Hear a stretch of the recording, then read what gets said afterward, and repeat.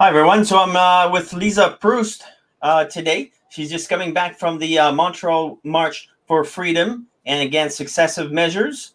Um, Lisa is originally from Colombia. She immigrated in Canada, and today she feels the need that she needs to go march against all of that. So, Lisa, would you be able to explain a little bit of your backstory and why you're there today, and how it was, Absolutely. and maybe talk about the speakers? Yes, absolutely. I was born in Colombia, as per your comment, and I I think that the biggest issue that I had living there was the fact that I never felt really safe. There was a lot of issues in terms of our ability to live freely, and I wanted to live somewhere else. I have lived in many places, but the reality is that I miss Colombia a lot of times. I love a lot of people. So now that Canada is becoming increasingly difficult in terms of living in fear, and in Quebec, as you may have heard, also there is this new mask. The mask is mandatory already, but legal effective today has increased the amount of fines. So if you are inside of a store or indoors and you don't have a mask, the police officers are allowed to put a fine between $600 to $6,000. So that's a pretty steep ticket if you get it. So 6,000 is too much money, and the other citizens are encouraged to call 911 for you. So Yes, it's to almost like a report. police. Yeah, it's a police state. A little bit like we had in Eastern Germany, right? Communist Russia, Nazi Germany. It's all of those things encompassed to one government, and that's not just in Quebec. It's in other provinces as well. So it's a Correct. bit scary. Yes. Also, the government announced that they are. I mean, they call it. I don't even know how they call it officially, segregation or separation facilities. I don't know. The bottom line, in my language, in my brain, I hear it as concentration camps. They are going to separate the kids from the parents. They are going to send them, isolate them, and they are going to force them either to get vaccines or do the test or whatever they want until the person doesn't do what they want. So obviously, it's a little bit worrisome because on Tuesday, on in the city of Quebec, at 4 p.m., they are going to deposit officially the documents for Loi 61. Yeah, that is the law specifically for the province of Quebec that talks about the extension and the overreach of power from the government's perspective. So I'm very interested in going to that march as well. I'm very concerned about our rights, and everyone is concerned. So Thank you. yeah, one of the big problems, and that's why I wanted to talk, especially with immigrants, because I think we need to listen to them too. A lot of them have come from oppressive regimes, came to Canada for a better life, for opportunity, but very few Canadians know how to recognize what is a totalitarian regime. They never had to live with one. We've all taken our freedoms, liberties, the ideas of justice, freedom of expression for granted, and we never had to fight for them. So that's why I think it's important to um, not to see each other as different groups, right, or little different tribes, but all together as Canadians and communicate together to be able to fight back because what's coming ahead is not going to be pretty. We're not going on the right track, and you were talking about separating the children and the parent. I know for a fact in Quebec they had a terrible response with the CSHLD. I think it's the old people's home. Anyway, to make a long story short, is the next of kin wanted to go see their parents who were just about to die, and they were refused the right to do so. So those old people died alone, oftentimes in their own excrements. And part of my language is very disgusting. What happened? It was very dehumanizing and Terrible, terrible. traumatizing for a lot of people. Some of those people said, "I want to be buried when I died." The government said, "No, you will be incinerated." So went against people's wishes, right? And that that's what we're living with right now, and it's important to raise awareness that this whole thing needs to stop. So Yes, and I think that sometimes I question what is our job? What can you do, right? That's why you're doing your channel. That's why I have my channel. That's why we're connecting right now. Because I think, to your point, a lot of Native Canadians have never experienced hardship. And I've said this in one of my recent comments online. The inability of the typical average Canadian to grasp the gravity of the situation, and it's because they have never gone through war, they have never been experiencing scarcity, and they have had a very comfortable and a good life. And there are still certain segments of the population that are living without masks, and they are not really experiencing yet. Also, as per our previous conversation, the CERBs artificially elongated that period through which you really don't have to react because you have promotes nothing to apathy. lose. Is that correct? It promotes apathy. I think that's a word that you used yesterday, and I think you hit the nail on the head there.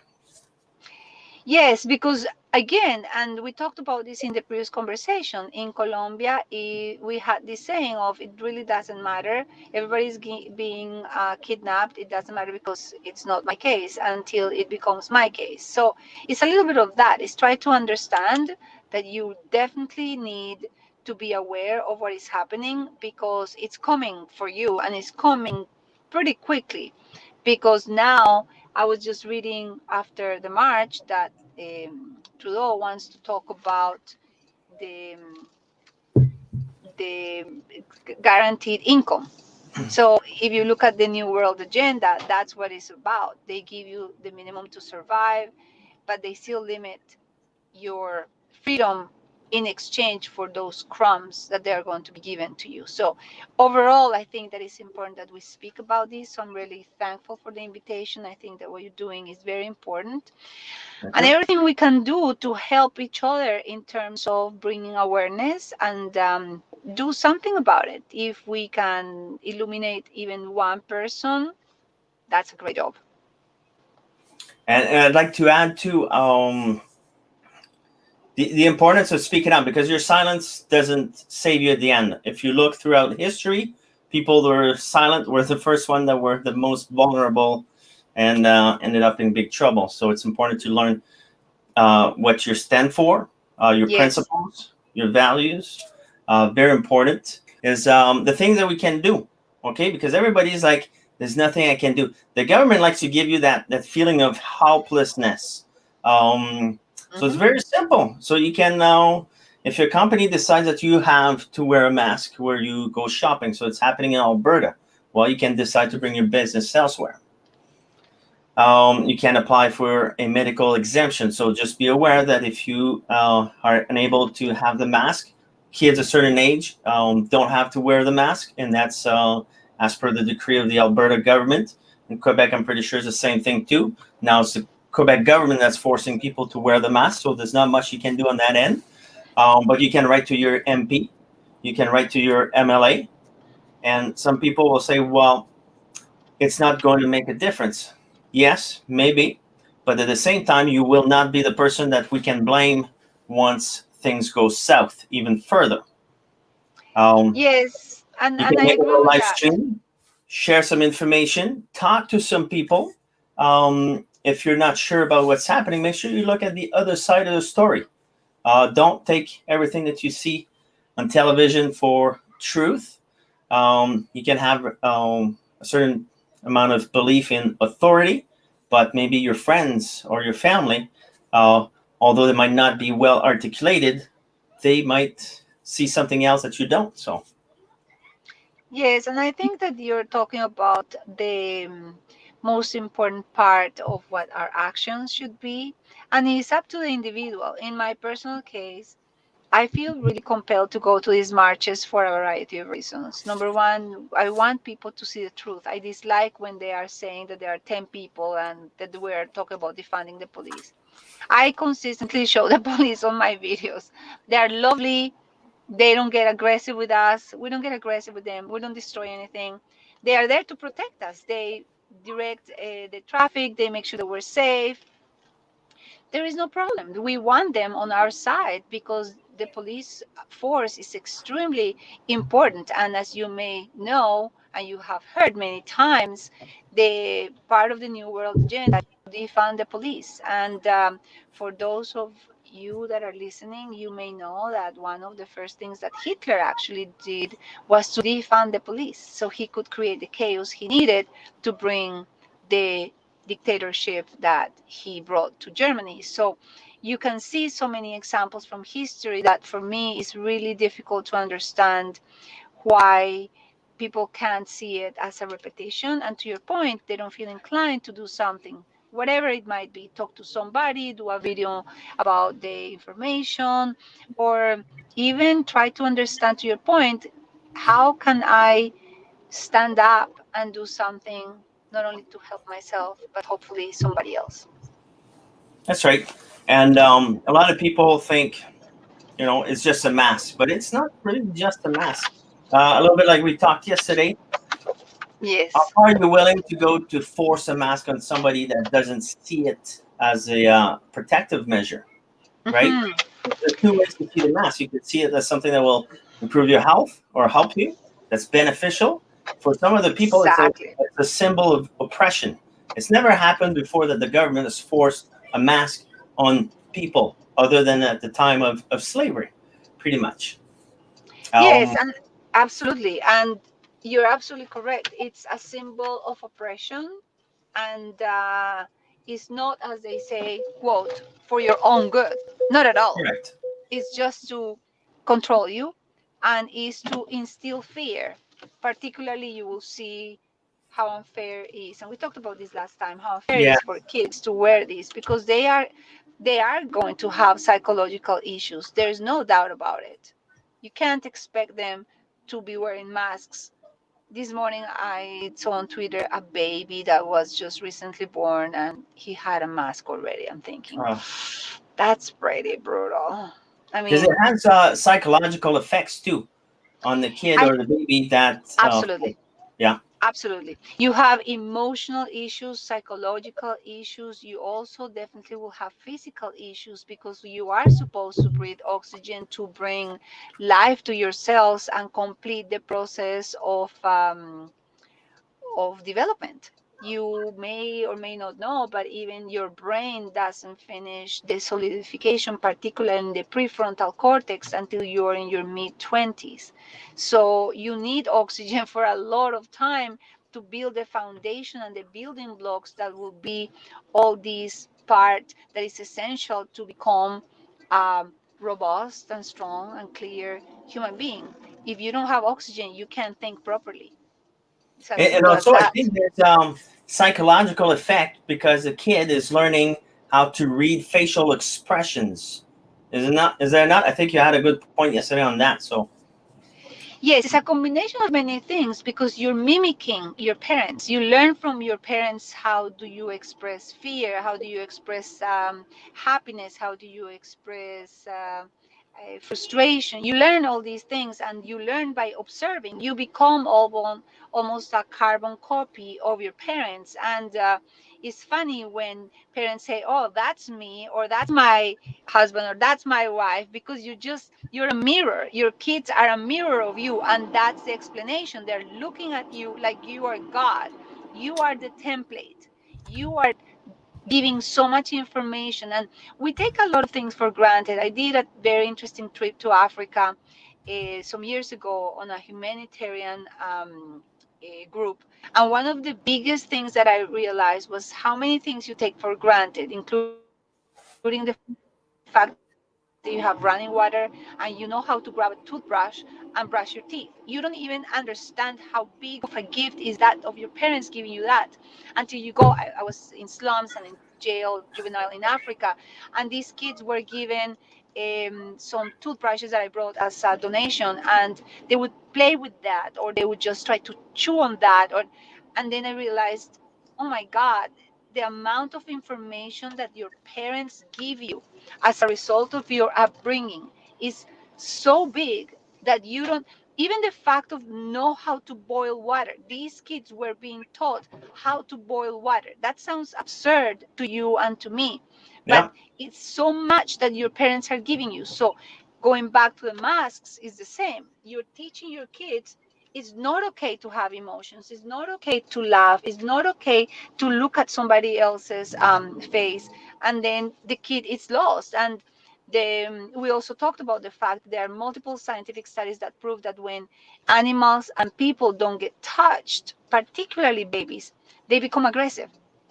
So the process of socialization, and you may have heard, for those of us who are listening, is very important even when you have a puppy. You can't just have a puppy in a cage. You just have to initiate the process of socialization extremely fast. And here, how are you socializing? One analogy that I've done in one of my comments in Twitter is the fact that you have more oxygen when you muzzle a dog than when you put a mask on your kid. That to me should make everyone pause and rethink what they're doing, because the muscle dog does not have the nose covered, but your muscle kids have the nose covered. Yeah, that's true. I've noticed that too. So we put a muzzle on a dog to tame them, not to make him safer. Yeah, I just don't like the images, the mental images that it comes with it. So Exactly, exactly. Yes. So we'll see. I think that next steps, I am interested in going next Tuesday to Quebec at 4 p.m. They will put in officially, they will deposit the documents for the Loi 61. And it's very important that we are there to say, no, we don't want that. We definitely don't need any more restrictions to our freedom. And most importantly, this is such a big lie. Nobody's dying. The pandemic already finished. All the data coming from every country is confirming that is false positives. It's a survival rate of 99.98%. The vaccine is being accelerated. You need at least 10, 15 years to do it. There's so many things that are contradictions that we cannot accept that law so to be I would passed. call this like base reality, just some simple facts that actually do matter, because you can have a million facts if they all fluff or all noise. I like Mm. the expression separating wheat from the chaff. That's people that grew up on a farm, I guess, will use that. There's so much information that it's really hard to distinguish what is good information that's relevant and the one that's not relevant. So maybe I could go through a few facts there. So you got a 99.97% chance of surviving COVID. Average age of people that die from COVID is 84 years old, when life expectancy in Canada is 82.5. Most of those who die with COVID, not necessarily from COVID. There's a big Yes. distinction. So you could be on a old people's home, die of a heart attack, but if it happened that somebody else had COVID on that floor, you'll be listed as died from COVID. What will happen from that point? Because you died in COVID in Quebec, they will incinerate you. There will be no autopsy done. Ugh. That's even if it goes against your wishes. Is that a way we want to treat people? Another fact is that we added another $300 billion worth of debt onto our kids that they'll have to pay. We're going to hamper their or mortgage their economic future. We've prevented millions of people from earning a living with dignity. Now, all those people who are on CERB right now, they pretty much are owned by the government. They live and exist hand to mouth pretty much because of the government. Um, we've destroyed tens of thousands of businesses, and for what, really? And people really have to ask the question. So it's more of a government manufactured crisis than it would be a COVID-19 crisis. Excellent comment. And it's And I very agree. important to make the distinction between the two, because one of them gives the government the ability to do just about anything they want on individuals, spend as much money as they want without being held accountable, as the other one puts the blame squarely on the government and pretty much the media as well.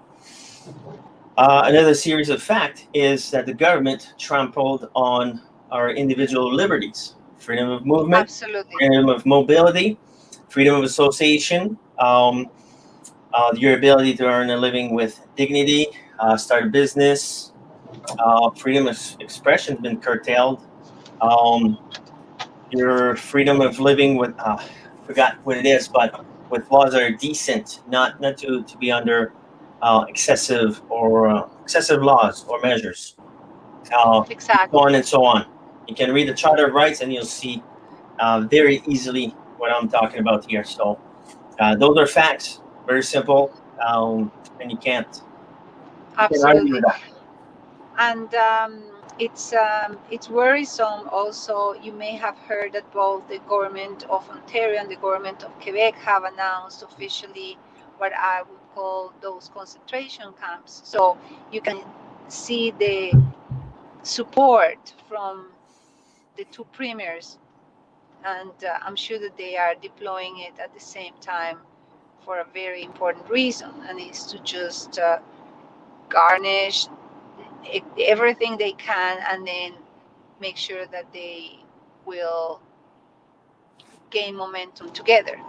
And, So, and that is assuming for them that COVID-19 is dangerous. So if you don't comply, they'll bring you to those locations. The issue is that science does not back it up, does not say that it's all that dangerous. There will be people who will have some very bad symptoms, um, but not as a general rule of thumb, or not from generally speaking. 100%. And there was one. I don't know if you saw my live stream. There was a very interesting speech that said that the medical doctors have become politicians and the politicians have become medical doctors. And I found that very smart, because it's true. To your point, there is no science behind these things. There is no science that indicates that the mask will protect, because even an N95 mask that is way better than a face coverage or a blue mask that everybody loves to wear, those are, they can only trap N95, anything bigger than 0.30 microns. And the size of the virus, according to doctors, is between 0.06 to maximum 0.14 microns. So the question is, has anyone done basic math to understand that the biggest virus is 0.14, that is less than half of what can be caught by the mask that is more potent than the blue one? So there is this huge contradiction of, why are you wearing the mask? And it's because, and I think you used a very smart word before, it's just like a security blanket. It's something that they're using to feel safe, but safe from what? I honestly make in my mind the analogy, people are treating this that if I don't get this virus, I will live forever. It feels like that to me, because we all have to die. That's a fact. So, what is the big deal? We're not going to die of this virus. Our bodies are amazing. So, if you don't have underlying issues, you're going to be fine. There's no death. To your point, the average is over 80 years old. Even I was reading a statistical information from the US. Even people over 85 years of age, 70% survive the virus. So, what is the fear?